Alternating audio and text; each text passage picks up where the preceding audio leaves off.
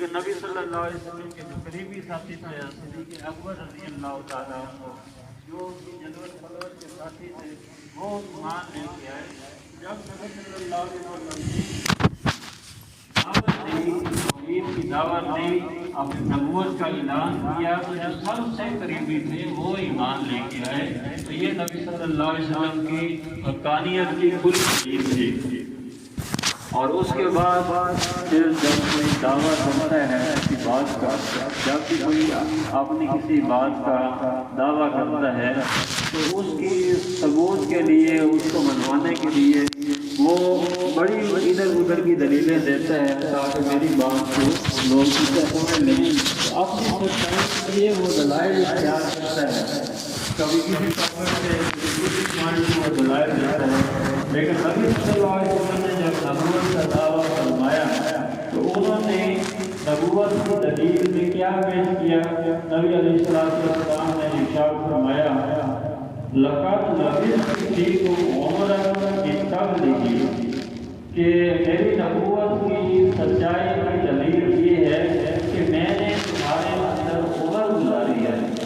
نبوت کی دلیل میں نبی صلی اللہ علیہ وسلم نے اپنی زندگی کو پیش کیا، اپنے کردار کو پیش کیا کہ میں نے تمہارے اندر عمر گزاری ہے۔ کیا آپ سمجھ سکتے ہیں کہ میں کوئی غلط بات کر سکتا ہوں؟ جب ساری زندگی صداقت پر مبنی تھی تو کوئی کیسے کہہ سکتا تھا کہ نبی صلی اللہ علیہ وسلم جو ہے اپنی طرف سے کوئی بات نہیں کی؟ تو نبی صلی اللہ علیہ وسلم نے اپنی نبوت کی دلیل کے لیے اپنی زندگی اور اپنے کردار کو پیش کیا۔ تو یہ نبی صلی اللہ علیہ وسلم کی جو یہ تبدیلی دیکھ کے آئے، جو اختلاف دیکھ کے آئے، تو اس میں ان کے اپنے کردار کا، اپنے اصلاح کا اصل جو ہے اصل تھا نبی صلی اللہ علیہ وسلم کا۔ تو اس لیے اسلام جو ہے وہ تلوار کے طور پہ نہیں پھیلا، اسلام کردار کے طور پہ پھیلا ہے۔ دیکھیں نبی صلی اللہ علیہ وسلم ابھی اعلان نبوت کے جو ابتدائی دور تھا ان کا، تو اس میں نبی صلی اللہ علیہ وسلم ایک واقعہ کہتا ہوں کہ مکہ مکرمہ کے اندر جا رہے ہیں تو ایک بڑھیا ہے وہ اپنا سامان اٹھا کے مکہ مکرمہ سے باہر جا رہی ہے۔ تو نبی صلی اللہ علیہ وسلم دیکھتے ہیں کہ بڑھیا ہے، ضعیف ہے، اور سامان اٹھانے میں تکلیف ہو رہی ہے، تو وہ آپ کو کہتے ہیں کہ بڑی اماں آپ کا سامان میں اٹھا دیتا ہوں، آپ کی مدد کر دیتا ہوں، تو آپ نے جہاں جانا ہے میں پہنچا دیتا ہوں۔ تو اس نے آپ کا شکریہ ادا کیا کہ بہت اچھا۔ تو نبی صلی اللہ علیہ وسلم اس بڑھیا کا سامان اٹھا کر ساتھ ساتھ چل پڑتے ہیں، چلتے چلتے مکہ مکرمہ کے باہر جاتے ہیں، اور جہاں جا کے اس نے ٹھہرنا تھا وہ سامان وہاں رکھتے ہیں۔ تو اب وہ جو بوڑھی اماں ہے وہ نبی اکرم صلی اللہ علیہ وسلم کو نصیحت کرتی ہیں، دیکھو بیٹا تم مجھے اچھے بندے تو میں نے مکہ مکرمہ سے اس کی باہر آئی ہوں کہ میں نے سنا ہے کہ یہاں ایک نیا بندہ آ گیا ہے اور وہ ہمارے بندے کو پورا کہتا ہے۔ تو اس کی باتوں میں سنا ہے کوئی جادوئی اثر ہے، لوگوں کے اوپر اثر ہو جاتا ہے، تو تم ذرا خیال رکھو اس کی باتوں میں نہ آنا، تم اپنے ایمان بچا لینا، اس کی باتوں میں نہ آنا، تو تم رہنا اس کی بات ہم نے نہیں مانی، ذرا خیال رکھنا۔ تو نبی صلی اللہ علیہ وسلم اچھا پھر وہ پوچھتی ہے کہ اچھا بیٹا تم ذرا بتاؤ تو صحیح کہ تم کون ہو، تاکہ کبھی مجھے مکہ مکرمہ میں آنا پڑے تو میں تمہیں بھیج دوں۔ تو نبی صلی اللہ علیہ وسلم فرماتے ہیں کہ بڑی اماں آپ جس کی بات کر رہی ہیں کہ وہ ایک برا شخص آ گیا ہے، میں وہی تو ہوں۔ تو اب جب اماں سنتی ہیں وہ کہتی ہیں اچھا تم ہو، اچھا تم ہو، تو پھر نبی وہ کہتی ہیں کہ تم تو اتنے اچھے ہو، تم تو بڑے کریم ہو، تم تو بڑے پیارے ہو، تو اگر تم ہو تو تم مجھے اپنے دین کا جو ہے اپنا کلمہ پڑھا دو، میں اسلام قبول کرتی ہوں۔ تو نبی صلی اللہ علیہ وسلم نے اس طرح دعوت دی اور اس طرح لوگوں کو اپنے ساتھ جوڑا۔ تو آج کل والے کہتے ہیں جناب کچھ جنگجو لوگ تھے جنہوں نے تلوار کے طور پہ دنیا میں اسلام کو پھیلا دیا۔ بھئی وہ جنگجو لوگ جو تھے جو اکٹھے ہو گئے تھے، آپ نے دفعہ کہا کہ تلوار بند ہے، ان جنگجو لوگوں کو کس نے مسلمان کیا تھا؟ ان تلوار کے جو ہاتھ تھے اور جو دل تھے اس کو کس نے مسلمان کیا تھا؟ یہ اخلاق کی تلوار تھی، یہ نبی صلی اللہ علیہ وسلم کا کردار تھا جس نے ہم کو مسلمان کیا تھا۔ تو نبی علیہ السلام کا جو انقلاب ہے یہ ایک ایسا انقلاب ہے جس میں نے پہلے بھی عرض کیا تھا کہ سب سے کم وقت میں انقلاب تھا کہ صرف 23 سال کی زندگی، 10 سال مکہ مکرمہ کی، 13 سال مکہ مکرمہ، 10 سال مکہ مکرمہ کی اور 13 سال مکہ مکرمہ کی، 10 سال مدینہ طیبہ کی۔ تو پہلے تو نبی صلی اللہ علیہ وسلم مولود تھے، لیکن بعد کے جو سال تھے اس میں نبی صلی اللہ علیہ وسلم نے پھر اپنی دعوت کو ہر طرف پھیلا دیا اور قبائل کے قبائل اور علاقے کے علاقے مسلمان ہوئے، حتیٰ کہ مکہ مکرمہ میں جب اسلام آیا تو 1,24,000 صحابہ تھے جو نبی صلی اللہ علیہ وسلم کے ارد گرد تھے۔ تو انتہائی قلیل عرصے میں نبی صلی اللہ علیہ وسلم نے اس انقلاب کو لے لیا گزر جاتے ہیں اور دوسری بات سب سے کم مسائل کے ساتھ انقلاب دنیا میں انقلاب آتے ہیں تو ٹریلین آف ڈالر، کروڑوں ڈالر لگتے ہیں، اتنا جو ہے اس میں تباہ و بربادی ہوتی ہے اور بہت زیادہ نقصانات ہوتے ہیں اور پھر انقلاب آیا کرتے ہیں۔ لیکن نبی صلی اللہ علیہ وسلم آپ کا انقلاب اس وقت جب کہ سواری تھی، کھانے کی ایک وقت کھاتے تھے اور دوسرے وقت نہیں کھاتے تھے، یہ کرسی کا عالم تھا اور اتنے کم وسائل کے ساتھ ہم انقلاب لے کے آتے ہیں۔ یہ کم وسائل کے ساتھ انقلاب تھا اور پھر سب سے کم نقصان تھا انقلاب کا کہ دنیا میں انقلاب آتے ہیں تو اس میں لاکھوں لوگ، کروڑوں لوگ غیر کام آ جاتے ہیں۔ فرانس کے اندر انقلاب آیا 25 لاکھ لوگ مارے گئے اور روس کے اندر انقلاب آیا 40 لاکھ لوگ مارے گئے اور انڈیا میں پہلی جنگ آزادی 1857 میں ہوئی، اس میں 5 لاکھ لوگ مارے گئے اور پھر جب ہوئی پاکستان ہندوستان کی تو اس میں کوئی 1 کروڑ لوگ ملے، اس کے اندر ان کی کیجویلٹیز ہوگی۔ تو یہ چیز جو ہے اتنا جب بھی اتنی بڑے پیمانے میں تبدیلی آتی ہے تو اتنی جو ہے لوگ مارے جاتے ہیں، لیکن نبی علیہ السلام کا جو انقلاب تھا سبحان اللہ ایسا انقلاب تھا کہ اس میں دونوں طرف جنگیں ہوئی، فتح مکہ تک جو جنگیں ہوئی دونوں طرف، اس میں کفار اور مسلمان دونوں کو ملا کر صرف 1,065 لوگ وہ قتل یا شہید ہوئے۔ اتنی کم جانی نقصان کے ساتھ نبی علیہ السلام نے اس معاشرے کو تبدیل کر دیا جو انتہائی جاہلی معاشرہ تھا، جس پہ لوگ دنیا کی حکومتیں جو ہیں وہ حکومت کرنا پسند نہیں کرتے تھے۔ تو اتنی کم وقت کے اندر نبی صلی اللہ علیہ وسلم نے اس معاشرے کو تبدیل کر دیا۔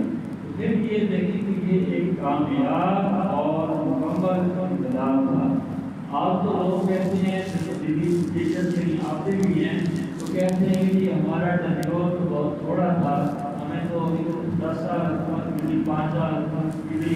ہم تو کچھ نہیں کر سکے۔ لیکن نبی صلی اللہ علیہ وسلم 10 سال کے اندر انقلاب لے کے آتے ہیں، ایسا انقلاب لے کے آتے ہیں کہ آخر میں نبی صلی اللہ علیہ وسلم صحابہ رضی اللہ عنہم کے مجمع میں حجۃ الوداع کے موقع پہ پوچھتے ہیں کہ لوگوں میں نے جو امانت کی وہ تمہارے انہیں پہنچا دی۔ نبی صلی اللہ علیہ وسلم 1,24,000 صحابہ یا کوئی علیحدہ نہیں، سب کے سامنے پوچھتے ہیں کہ لوگوں کیا ہیں جو امانت پہنچا دی۔ سب نے توحید کی جو امانت تھی، جو نبوت کی دعوت تھی وہ ہم تک پہنچا دی۔ تو آپ نبی صلی اللہ علیہ وسلم اوپر اشارہ کر کے، ہاتھ سے اشارہ کر کے شہادت کی پوری کھڑی کر کے فرماتے ہیں اللہ اشہد، اللہ اشہد، اے اللہ آپ گواہ رہنا، آپ گواہ رہنا، جو امانت مجھے ملی تھی وہ امانت مجھے میں نے پہنچا دی۔ ورنہ تو دنیا کے بڑے بڑے فاتحین جن سے دنیا فتح کی آتی ہے آخر کی جان نہیں کہتے ہیں زندگی میں وفاداری ورنہ اور تبارک و تعالیٰ۔ بڑے بڑے جیسے لوگ ہیں، سائنسدان ہیں، آئنسٹائن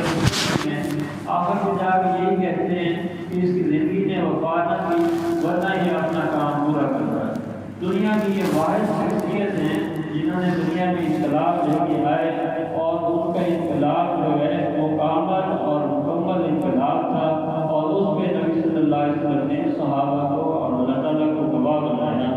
تو نبی صلی اللہ علیہ وسلم کی سیرت جو ہے یہ ہمارے لیے ایک نمونہ ہے۔ جیسے ہم اس دنیا میں جہاں بھی جائیں تو ہمیں آسمان نظر آتا ہے،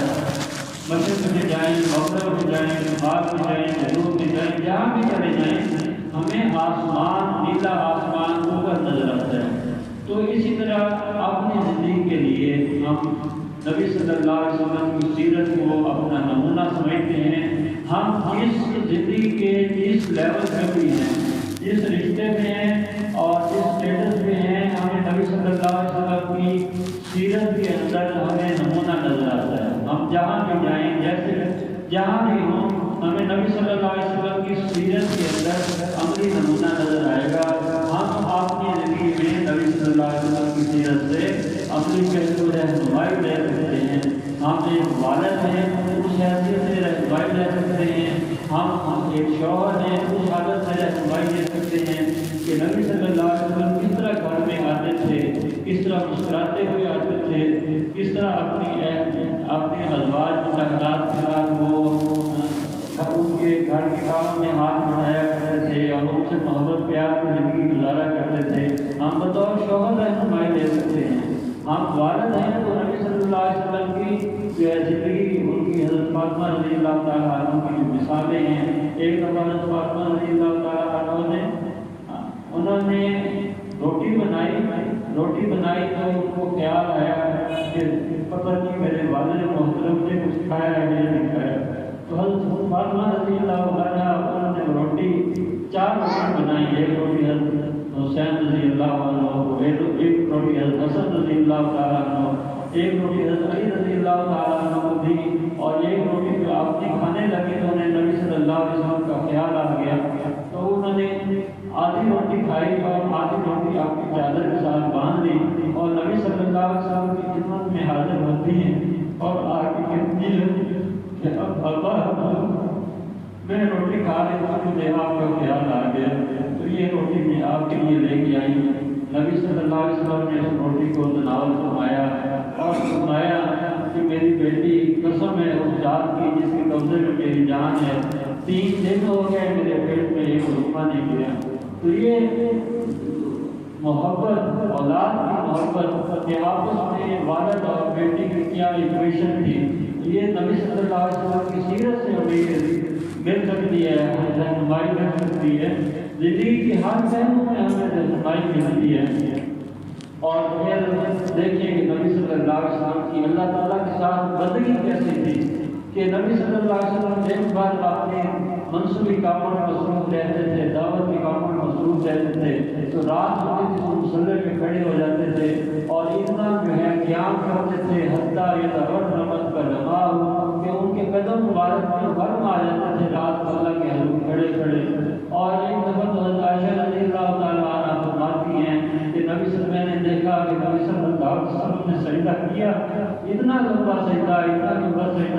کہ مجھے ڈر ہوا کہ کیا نبی صلی اللہ علیہ وسلم اس دنیا سے پردہ نہیں فرما گئے۔ فرماتی ہیں کہ میں قریب آئی اور آ کے انگلی کے اشارے سے ذرا انگلی ہلائی تو پھر مجھے معلوم ہوا کہ نبی صلی اللہ علیہ وسلم حیات ہیں۔ تو آپ کی جو بندگی، اللہ سے بندگی، یعنی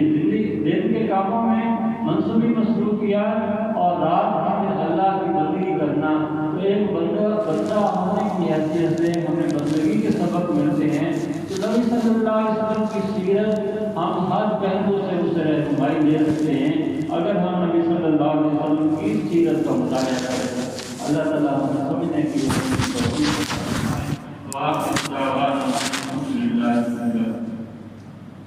لیکن نبی صلی اللہ علیہ وسلم